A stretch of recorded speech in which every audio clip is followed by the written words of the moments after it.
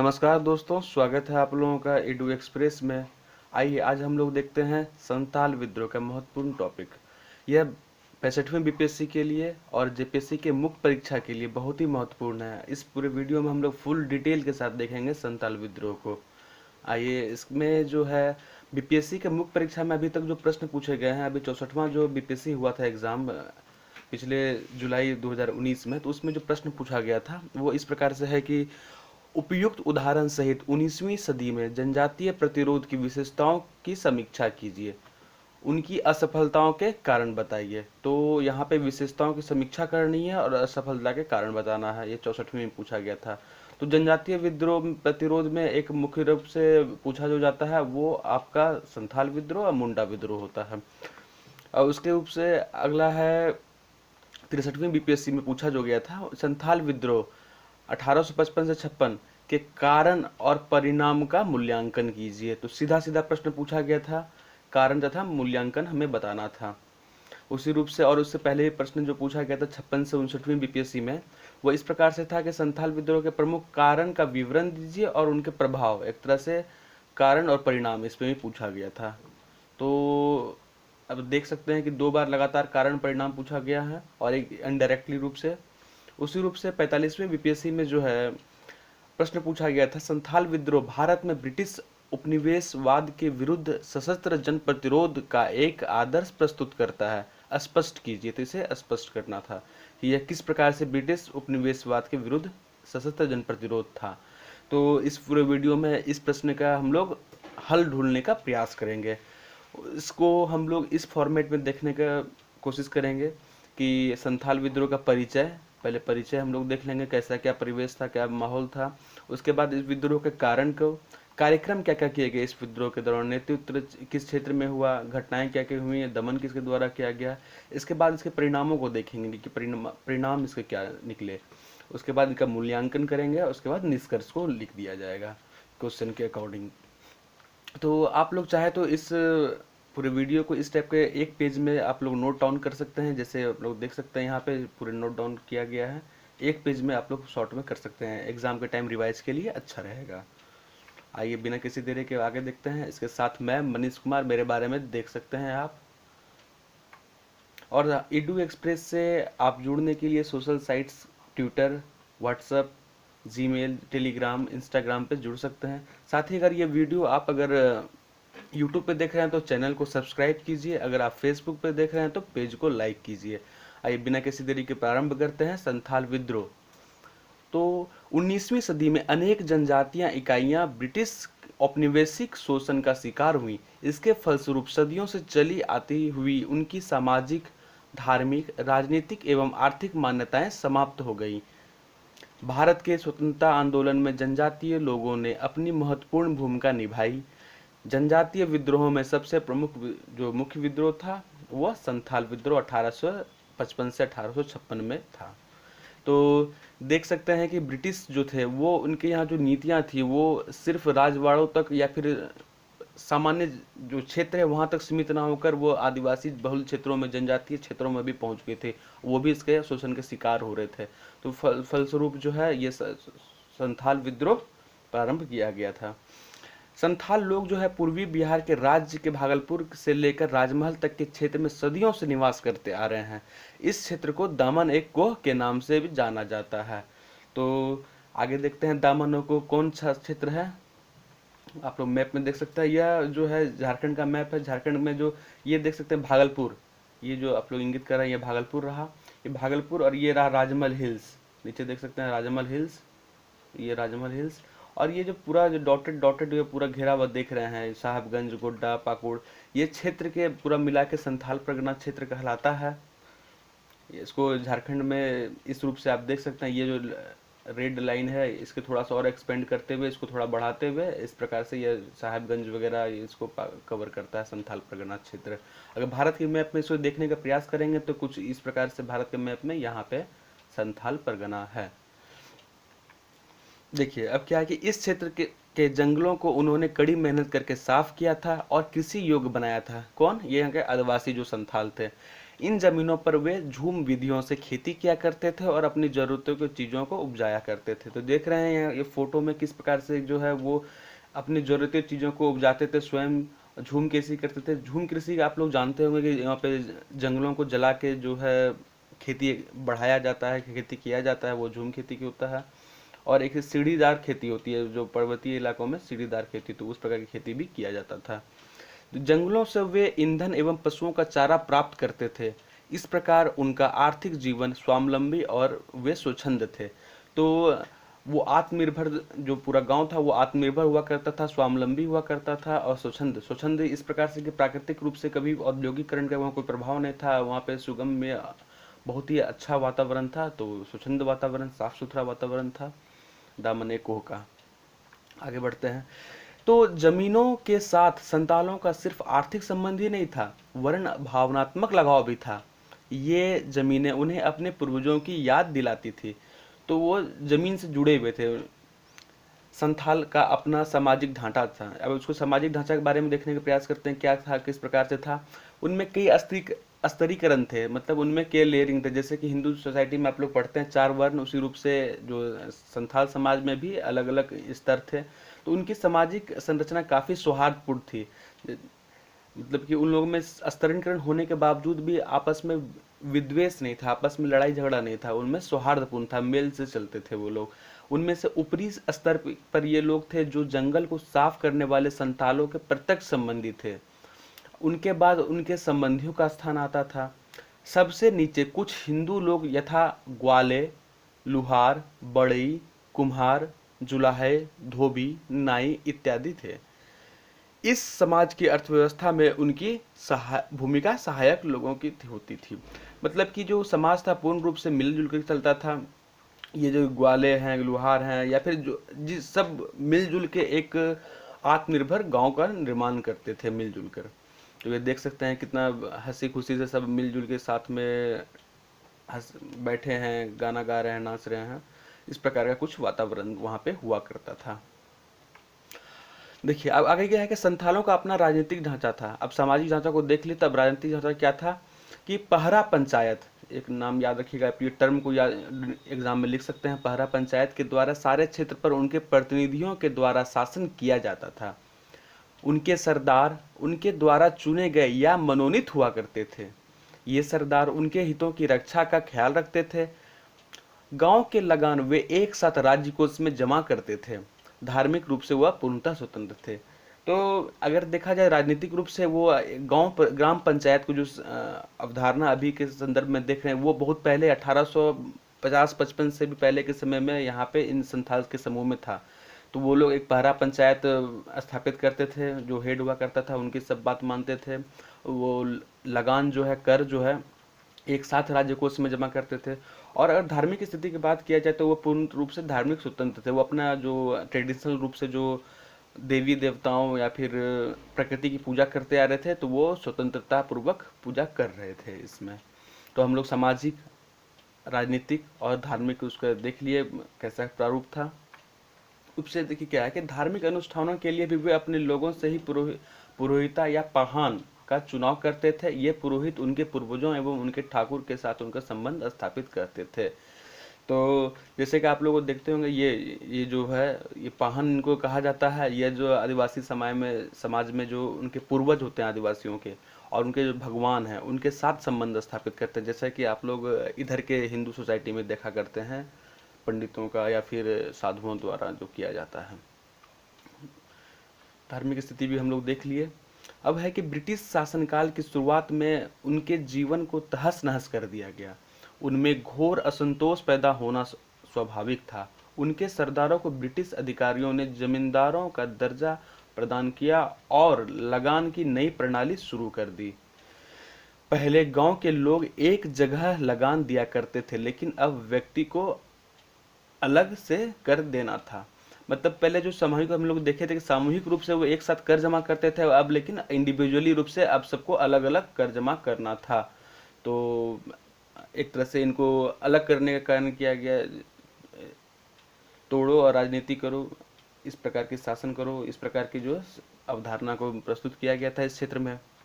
साथ में देखते हैं, इतना ही नहीं, उनके द्वारा उत्पादित हर वस्तु पर सरकार नया नया कर लगाया करता था। नए करों की वसूली के लिए मैदानी इलाका से दिगुओं, जो बाहरी लोग होते थे उसे दिगु कहते थे, खासकर उत्तरी बिहार के लोगों को बहाल किया गया था।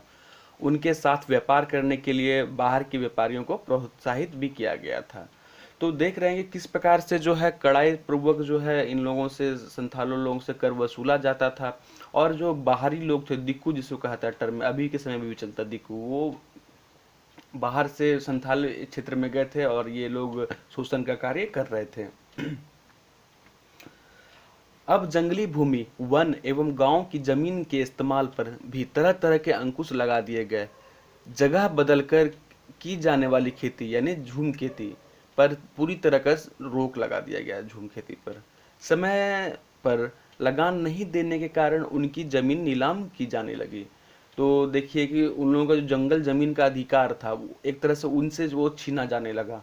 जो झूम कृषि करते थे, स्लैश बर्निंग जो एग्रीकल्चर है, उसे एक तरह से ब्रिटिश ने कम्प्लीटली रोक दिया था। तो इस कारण से देखिए इस प्रकार से स्लैश बर्निंग किया, जैसे जंगल है, जंगल को इस प्रकार से देखिए, जंगल है, जंगल में आग लगा के ये, और यहाँ पे जो जलता था, जो कार्बन बनता था, वो उर्वरक मिट्टी में देने का कार्य करता था।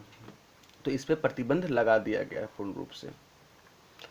इस स्थिति से बचने के लिए उन्होंने गांव के महाजनों एवं साहूकारों की शरण ली। क्यों, देखिए जब वो कर देने में असमर्थ होते थे तो वो ऋण लेने के लिए महाजन और साहूकार के पास जाते थे। लेकिन वो इन लोगों ने समय तक जो है राशि नहीं चुकाने पर अभियोग में संथाल की बहु बेटियों की इज्जत तथा जमीन लूटनी शुरू कर दी। अगर मान के चलिए कि उस तय समय है कि अगर कुछ 6 महीने में, साल भर में पैसे देने हैं, लेकिन वो अगर पैसा नहीं दे पाते हैं, असमर्थ होते हैं, तो वो उनकी बहु बेटियों की जमीन इज्जत लूटना और साथ में जमीन लूटने के भी जो कार्रवाई है वो प्रारंभ कर दिए थे। इन महाजनों एवं सरकारों के खिलाफ उन्होंने पुलिस एवं न्यायालय की शरण लेने की कोशिश की, लेकिन सब बेकार हुआ, क्योंकि वे ब्रिटिश साम्राज्यवाद के पोषण के ही उपकरण थे और उनसे उनकी मिली भगत थी।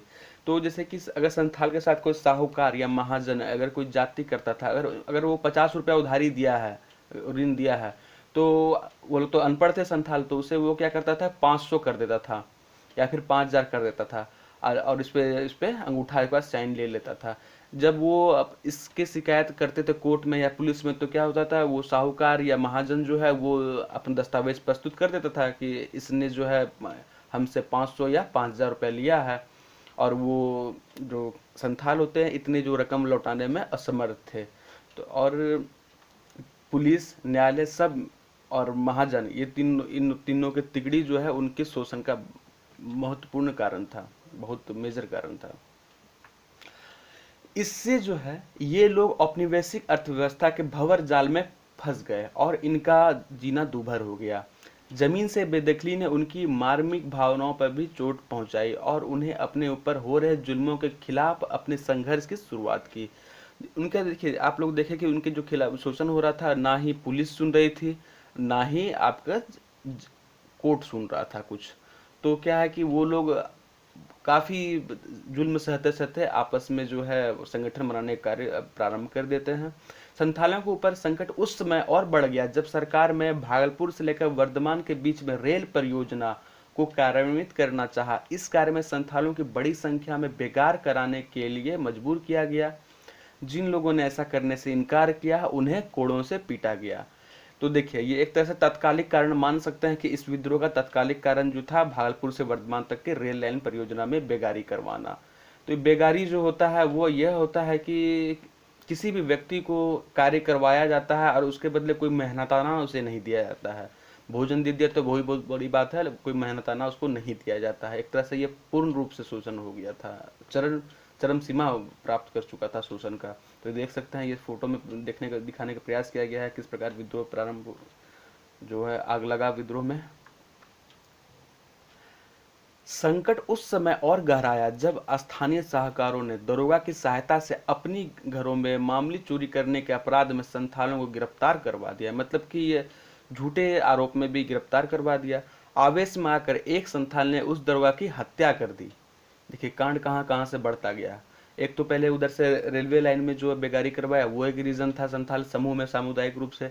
अब दूसरा क्या रीजन था कि एक साहूकार जो है झूठ मूठ का चोरी का एग्जाम लगा दिया था एक संथाल पे, और जब दरोगा गिरफ्तार करने आया तो क्या किया, संथाल ने उस दरोगा का ही हत्या कर दिया। तो इसका समर्थन सभी संथालों ने किया, वे गिरफ्तार होने के भय से एक जगह इकट्ठे हो गए। जैसे कि इस फोटो में आप देख सकते हैं स्पष्ट रूप से कि वो जो है इकट्ठा हो गए थे एक जगह पुलिस के भय से। 30 जून 1855 ईस्वी को भगनीडीह में 400 गांव के करीब 6000 संथालों के प्रतिनिधि एकत्रित हुए और एक स्वर में विद्रोह का निर्णय लिया। तो एक तरह से 30 जून 1855 को घोषणा पत्र, इसे कहते हैं हम लोग घोषणा पत्र जारी किया गया। एक टर्म को आप लोग जरूर लिखिएगा, घोषणा पत्र जारी किया गया था 30 जून 1855 को भगनीडीह में। यह आज के समय में झारखंड में जो हूल दिवस मनाया जाता है वो 30 जून को मनाया जाता है। तो यह कहीं ना कहीं इससे रिलेट करता है। तो वर्तमान जो है वह इतिहास से रिलेट करता है। तो देख सकते हैं आज जो हम लोग हूल दिवस मनाते हैं झारखंड में पूरे भारत में, तो वो 30 जून को मनाते हैं। क्यों मनाते हैं 30 जून को? क्योंकि इसी दिन जो है सभी एकत्रित होकर विद्रोह की आगाज दिए। देखिए आगे क्या होता है। उनके विद्रोह का मुख्य उद्देश्य जो था वो था बाहरी लोगों को भगाना, यानी दिकू जिसको कहते हैं बाहरी लोग, उसे भगाना, विदेशियों का राज हमेशा के लिए समाप्त करना तथा न्याय एवं धर्म का राज स्थापित करना, क्योंकि उन लोगों के साथ काफी अन्याय हो रहा था। और धर्म का राज स्थापित करना ये तात्पर्य है कि जो जो जनजातीय क्षेत्र होते वहां पे जो है ब्रिटिश द्वारा प्रोत्साहित किया जा रहा था ईसाई मिशनरी को। तो धर्म पे भी, धर्म परिवर्तन का भी कार्य कुछ कुछ हो रहा था। तो इस कारण से वो धर्म का भी राज स्थापित करवाना चाहते थे। तो अब देखिए, अब वो जो आंदोलन था, अब उसके जो नेता थे शीर्ष में वो कौन कौन थे।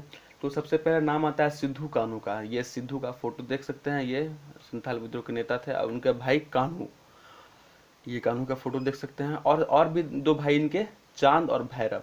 तो इन चारों का नाम बहुत महत्वपूर्णता से लिया जाता है। ये चारों जो थे सहोदर भाई थे, ये चारों सहोदर भाई थे। तो सिद्धू कान्हू को जो है डाक टिकट में फोटो देख सकते हैं सिद्धू कान्हू मुर्मू का। इनके अलावा क्या है कि दो बहनें भी इनकी थी। कौन थी? झालो मुर्मू और फूलो मुर्मू, यानी 4 भाई और 2 बहनें।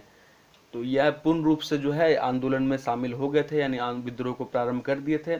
उन्होंने कहा कि उनके ठाकुर ने उन्हें निर्देश दिया है कि आज़ादी के लिए अब हथियार उठा लो। मतलब वो एक तरह से दकियानुसी, एक तरह से वो एक लाइन का सहारा लेते हैं कि उनके ठाकुर ने निर्देश दिया है कि आज़ादी के लिए अब हथियार उठा लिया जाए। एक तरह से ये धार्मिक एक प्रोत्साहन है। आगे बढ़ते हैं अब हम। शीघ्र ही करीब 60,000 संथाल जमा हो गए और उन्होंने महाजनों एवं जमींदारों पर हमला करना शुरू कर दिया। तो देख रहे हैं कि वो 6000, जब 30 जून 1855 को जब 6000 संथाल मिलकर विद्रोह का शुरुआत किया, उसके बाद धीरे धीरे ये 60,000 तक संख्या बढ़ गई इसकी। उसके बाद हमला करना चालू कर दिए ये लोग जमींदारों पर, महाजनों पर, दिकुओं पर। उन्होंने साहूकारों के मकानों को, कचहरियों को, उनके दस्तावेजों को जला दिया जो उनकी गुलामी के प्रतीक थे। क्योंकि देखिए यही जो साहूकार के मकान में और जो कचहरी में जो उनके दस्तावेज थे, उसी दस्तावेजों में उनके ऋण के संबंधित जो भी थे या फिर कोर्ट की प्रक्रिया संबंधित जितने भी महत्वपूर्ण दस्तावेज थे सारे मौजूद थे। तो उनको जला दिया गया क्योंकि वो गुलामी के प्रतीक थे, क्योंकि उनके प्रति एक डर था कि उस दस्तावेज के सहारे उसका जमीन को हड़पा जा सकता है या फिर उन्हें सजा दिया जा सकता है। तो देखो विद्रोह जो है धीरे धीरे जो है वीरभूम जो क्षेत्र है उसी के आसपास क्षेत्र है संथाल परगना के, बांकुरा, हजारीबाग, मुंगेर और सिंहभूम तक फैल गया। जहां जहां संथाल रह रहे थे तो वहां वहां धीरे धीरे यह फैलना चालू कर दिया था।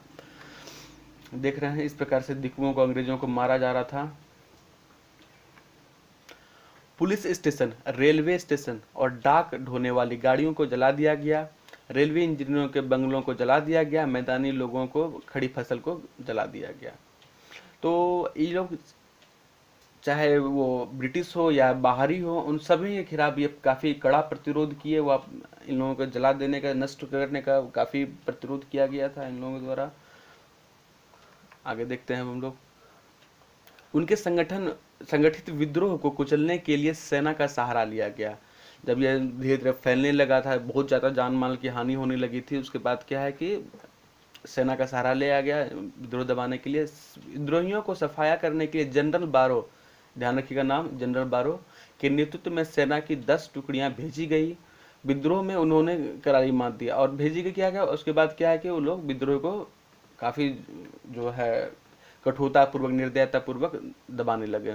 फिर भी संथालों का बहुत दिनों तक नहीं टिक पाए हैं, क्योंकि उनके पास जो पारंपरिक हथियार हुआ करते थे और इनके पास मॉडर्न आर्टिलरी हुआ करते थे, गन, बंदूक, तोपे, इस कारण से ये लोग इनके पास सामने नहीं टिक पाए। हालांकि इसमें तोप का कम प्रयोग हुआ था, बंदूकों का ज़्यादा प्रयोग किया गया था। उपद्रवग्रस्त क्षेत्र में मार्शल लॉ लागू कर दिया गया और विद्रोही नेताओं की गिरफ्तारी कर इनाम को भी घोषित किया गया। करीब 15,000 संथाल मारे गए। ध्यान रखिएगा, 15,000 संथाल को मार दिया गया था कड़े रूप से।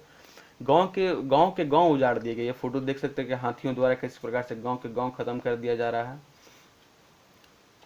अगस्त 1855 में ही पकड़ लिया गया और मार दिया, किसे? सिद्धू को। ये सिद्धू को है, अगस्त 1855 में ही पकड़ के मार लिया गया और कान्हू को जो है 1856 में पकड़ लिया गया। तो इस प्रकार से ये धीरे धीरे आंदोलन ये समाप्त होने लगा, जो है काफी बर्बरता पूर्वक इस दमन किया गया था, एक तरह से ये माना जा सकता है। आगे देखते हैं हम लोग। यह देखिए एक पिक्चर है जिसमें यह दिखाने की कोशिश किया गया किस प्रकार से ये लोग पारंपरिक हथियार जो प्रयोग कर रहे हैं और ये लोग घोड़े से और भी जो अपने हथियार है उससे उसको कर रहे हैं विद्रोह को शांत। यह देख सकते हैं पिक्चर में है, जब उन लोगों का बंदी बना लिया गया था, बंदी बना के जो जो संथाल हैं उनको कारागार ले गया गया और जगह से काफ़ी डिस्प्लेस किया गया था। ये इस पिक्चर में देख सकते हैं आप लोग। आगे देखते हैं। अब देखिए, अब जब इसके कारण को हम लोग देख लिए, क्या क्या हुआ किस किस क्षेत्र में, और कार्यक्रमों को भी देख लिए, नेतृत्व क्षेत्र सारा कुछ देख लिया। अब हम लोग इससे स्वरूप की बात करते हैं कि स्वरूप इसका क्या था। स्वरूप तो है इसका जनजातीय विद्रोह है, तो ये जनजातीय स्वरूप का था। तो क्या निसंदेह संथालों का विद्रोह एक जनजातीय विद्रोह था जो मूलतः जाति धर्म के नाम पर संगठित किया गया था। तो ध्यान रखिएगा, जाति धर्म के नाम पर संगठित था। उनमें वर्ग भावना का संचार नहीं हुआ था, उन्हें जातीय आधार पर अपनी पहचान बनाई हुई थी। जैसे कि हम लोग, मैंने पहले ही कहा था कि सामाजिक जो उसकी व्यवस्था थी, सामाजिक व्यवस्था ही जो, और धार्मिक व्यवस्था, सामाजिक व धार्मिक व्यवस्था, तो इसी कारण से जो है उनका जो स्वरूप था वो काफ़ी एक लिमिटेड था वो। आगे देखते हैं।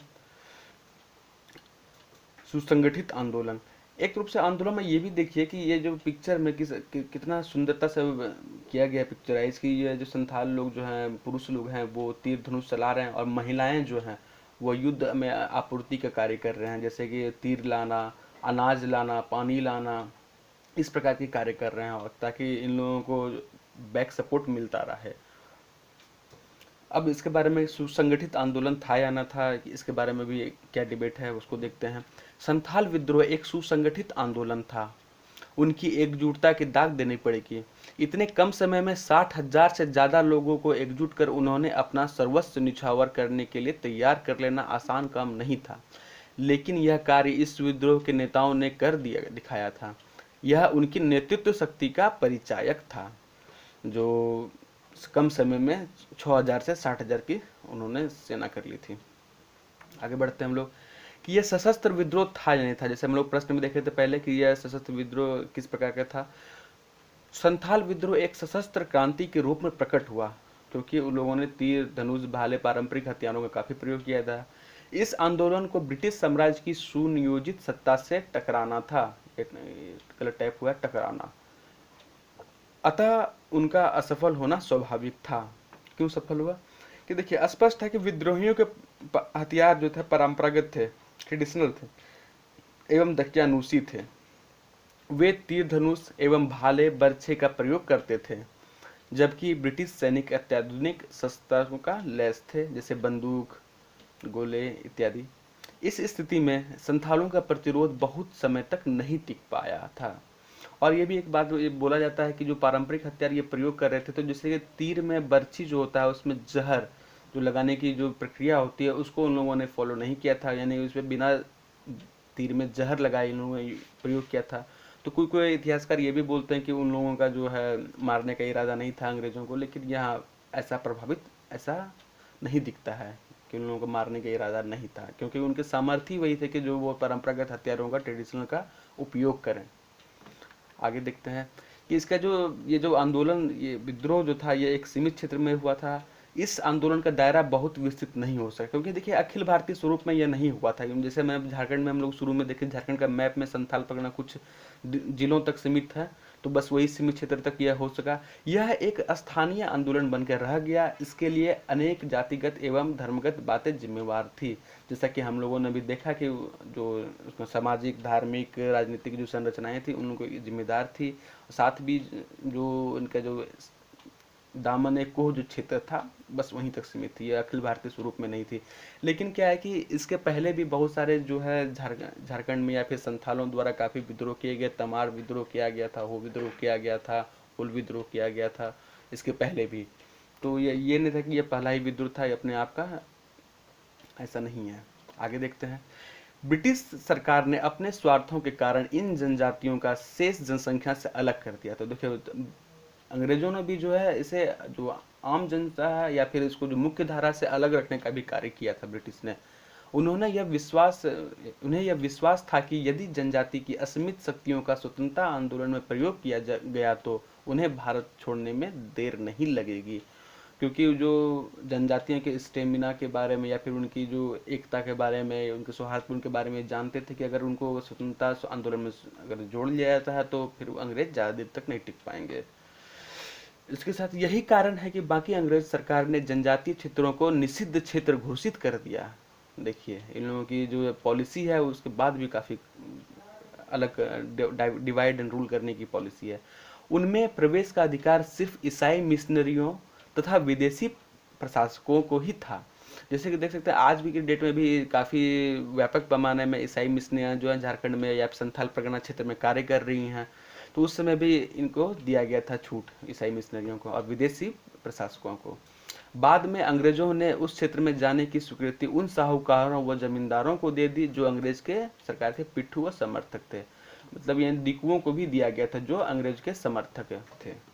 तो इस प्रकार से क्या कि उनको अलग थलग रखने का कार्य किया गया था अंग्रेजों द्वारा, डिवाइड एंड रूल पॉलिसी के तहत। आगे देखते हैं। देखिए इसके पूरे संथाल विद्रोह के बारे में दो महत्वपूर्ण इतिहासकार हैं, विदेशी इतिहासकार, थॉमसन एंड गैरेट्स की इनकी जो बुक है rise and fulfilment of British rule in India. इसमें क्या कहा है इन्होंने कि विद्रोह का मूल कारण आर्थिक बताया है। जो विद्रोह का मूल कारण आर्थिक बताया था। तो आर्थिक क्यों हो सकता है कि जो उनको जो साहूकार जमींदार द्वारा जो शोषण किया जा रहा था और पुलिस, न्यायालय, इसके द्वारा कोई न्याय नहीं मिल रहा था, इस कारण से ये विद्रोह हुआ। तो इन्होंने ये इसका कारण आर्थिक बताया, ध्यान रखिएगा। उसके अलावा और एक इतिहासकार है रेवरेंड W.J. कुलासा ने जो है जनजातियों का जो विद्रोह था उसको आर्थिक व्यवस्था में भूमि तथा वनों के महत्व पर बल देते हुए कहा कि मात्र अंग्रेज सरकार की स्वीकृति के वृहत स्तर पर भूमि का हस्तांतरण किया जाना ही इस विद्रोह का मूल कारण था। तो जमीन, यहाँ पे भूमि का हस्तांतरण आता है, यह महत्वपूर्ण टॉपिक। तो जंगल जमीन का अधिकार जो है, जंगल व जमीन का अधिकार, यह जो है बहुत सारे आदिवासी विद्रोह के लिए जो है जंगल और जमीन, ये बहुत सारे आदिवासी विद्रोह का कारण बना था। सिर्फ संथाल ही विद्रोह नहीं है, उसके अलावा भी कई विद्रोह हुए इसी कारण से, जंगल जमीन पॉलिसी से। जो पारंपरिक रूप से वो जंगल का प्रयोग किए जा रहे थे अपने ऊर्जा से लेकर खाद्य आपूर्ति के लिए, तो उसे ब्रिटिश द्वारा लॉ बनाकर, नीति बनाकर उसे रोक दिया गया, उसे एक पत्ता तोड़ने की अनुमति नहीं दी गई। तो इस कारण से भी क्या है कि यह विद्रोह जो है बहुत सारे विद्रोह को जन्म दिया इस नीति ने। आगे देखते हैं परिणाम क्या हुआ इसका, जो मोटे मोटे शब्दों में देखा जाए तो इस विद्रोह का परिणाम यह हुआ कि सरकार ने संथाल बहुल क्षेत्र के लिए प्रशासन की विशेष पद्धति के अधीन भागलपुर एवं वीरभूम से कुछ क्षेत्र को काटकर संथाल परगना जिला बनाया। ठीक है, जो अभी हम लोगों ने स्टार्टिंग में देखा था मैप में, वो संथाल परगना था। जो पुनः संथाल परगना टेनेसी अधिनियम भी बनाया, जो संथाल परगना STPT एक्ट बोलते हैं, STPT एक्ट, संथाल परगना जो है टेनेसी जो अधिनियम था उसे बोलते हैं। इस अधिनियम के तहत क्या है कि बाहरी लोगों को जो है इस क्षेत्र में जमीन खरीदने की जो है अनुमति नहीं देता है, एक तरह से रजिस्ट्री नहीं होती है अगर बाहरी कोई लोग अगर संथाल परगना क्षेत्र में जमीन खरीदते हैं तो। इसके अलावा और क्या किया गया कि जो पुलिस रूल्स 1856 के अंतर्गत जो ग्राम प्रधान थे, जिनको पाहन कहा जाता था, जाने हैं आप लोगों को, उसको मान्यता मिली और ग्रामीण अधिकारियों को पुलिस का अधिकार दिया गया। जो ग्राम में जो थे समूह में, लोगों का सरकार से सीधा संबंध हो गया। तो यह भी संबंध स्थापित करने का प्रयास किया गया था सरकार, लोगों का सरकार से। यह दो फोटो देख सकते हैं सिद्धू कान्हू की। ये आज के समय में भी झारखंड में एक देवता के सम्मान को ट्रीट किया जाता है।